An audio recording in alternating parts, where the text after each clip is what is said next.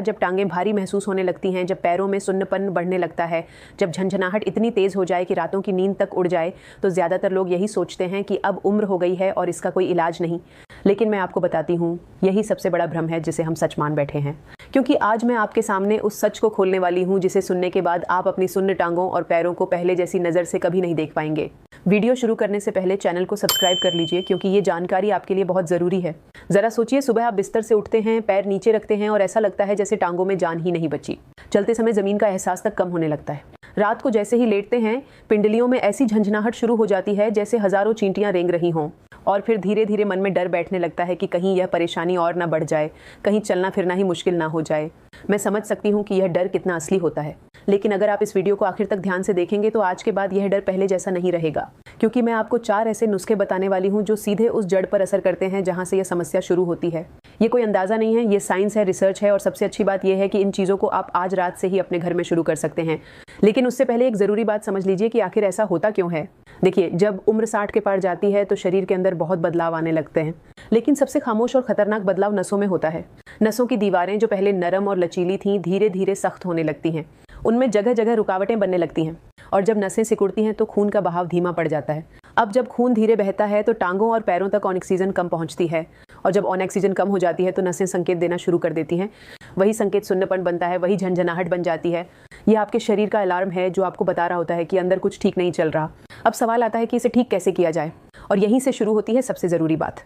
पहला नुस्खा इतना आसान है कि शायद आपको यकीन भी ना हो, लेकिन इसके पीछे जो साइंस छिपी है वह इतनी गहरी है कि जब आप उसे समझेंगे तो सोचेंगे कि यह पहले क्यों नहीं पता था। तो चलिए शुरू करते हैं पहले नुस्खे से, जो आपकी टांगों और पैरों में खून का बहाव तेजी से बढ़ाने में मदद कर सकता है।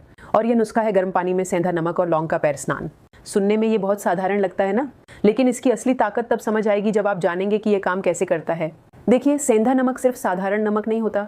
इसमें मैग्नीशियम भरपूर मात्रा में होता है, और मैग्नीशियम का काम होता है नसों को आराम देना और उन्हें फैलाना। जब आप अपने पैर गर्म पानी में डालते हैं तो गर्माहट खून की नलियों को चौड़ा करती है, और जब उसी पानी में सेंधा नमक घुला हो तो मैग्नीशियम त्वचा के जरिए अंदर जाकर नसों तक पहुंचने लगता है। लेकिन असली कमाल लौंग करती है। लौंग में यूजनोल नाम का तत्व होता है जो एक नेचुरल वेसोडाइलेटर की तरह काम करता है, यानी यह नसों को और ज्यादा खोलता है और खून के बहाव को तेज करता है। जब गर्म पानी, सेंधा नमक और लौंग एक साथ मिलते हैं तो यह आपकी टांगों और पैरों के लिए एक तरह की मिनी थेरेपी बन जाते हैं। अब इसे करना कैसे है, मैं आपको आसान तरीके से समझाती हूँ। एक बड़ी बाल्टी लीजिए और उसमें उतना गर्म पानी डालिए जितना आप आराम से सहन कर सकें। पानी इतना गर्म ना हो कि जलन होने लगे, बस अच्छी गर्माहट होनी चाहिए।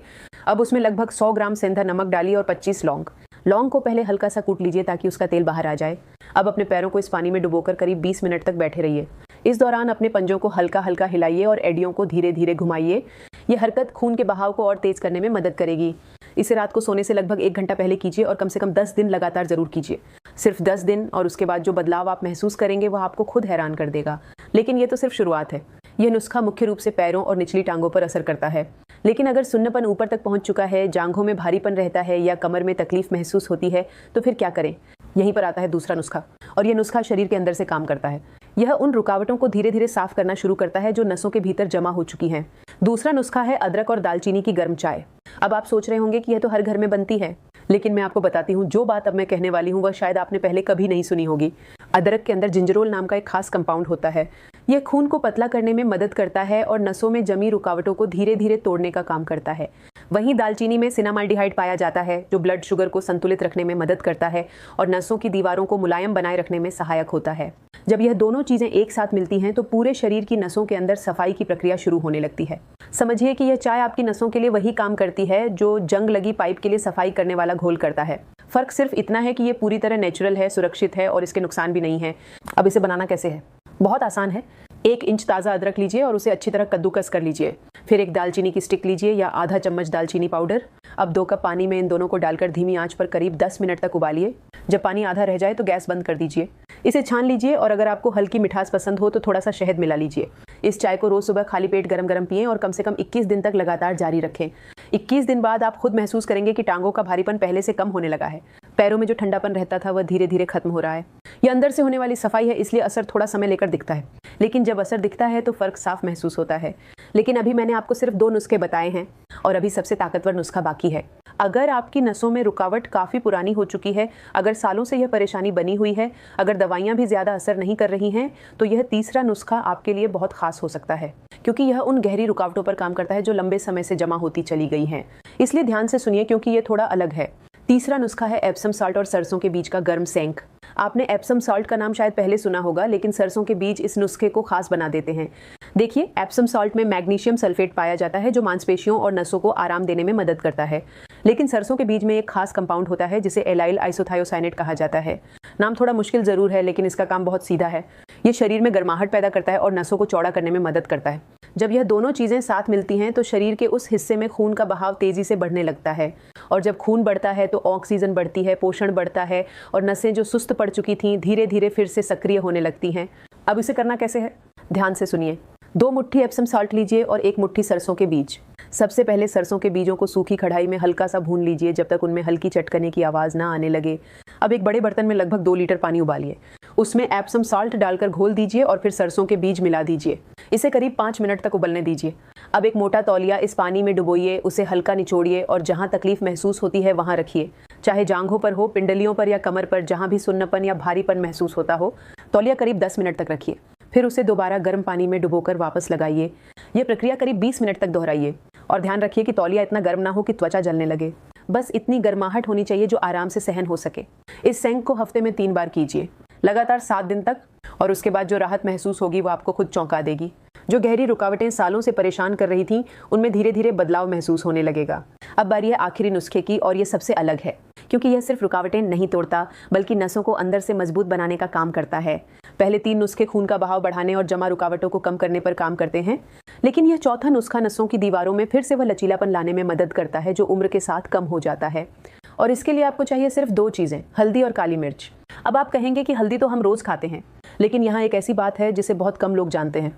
हल्दी में करक्यूमिन नाम का तत्व पाया जाता है जो सूजन को कम करने और नसों की मरम्मत करने में मदद करता है। लेकिन समस्या यह है कि करक्यूमिन अकेले शरीर में अच्छी तरह अवशोषित नहीं हो पाता। उसे एक साथी की ज़रूरत होती है, और वह साथी है काली मिर्च। काली मिर्च में पाइपराइन होता है जो करक्यूमिन के अवशोषण को कई गुना तक बढ़ा देता है।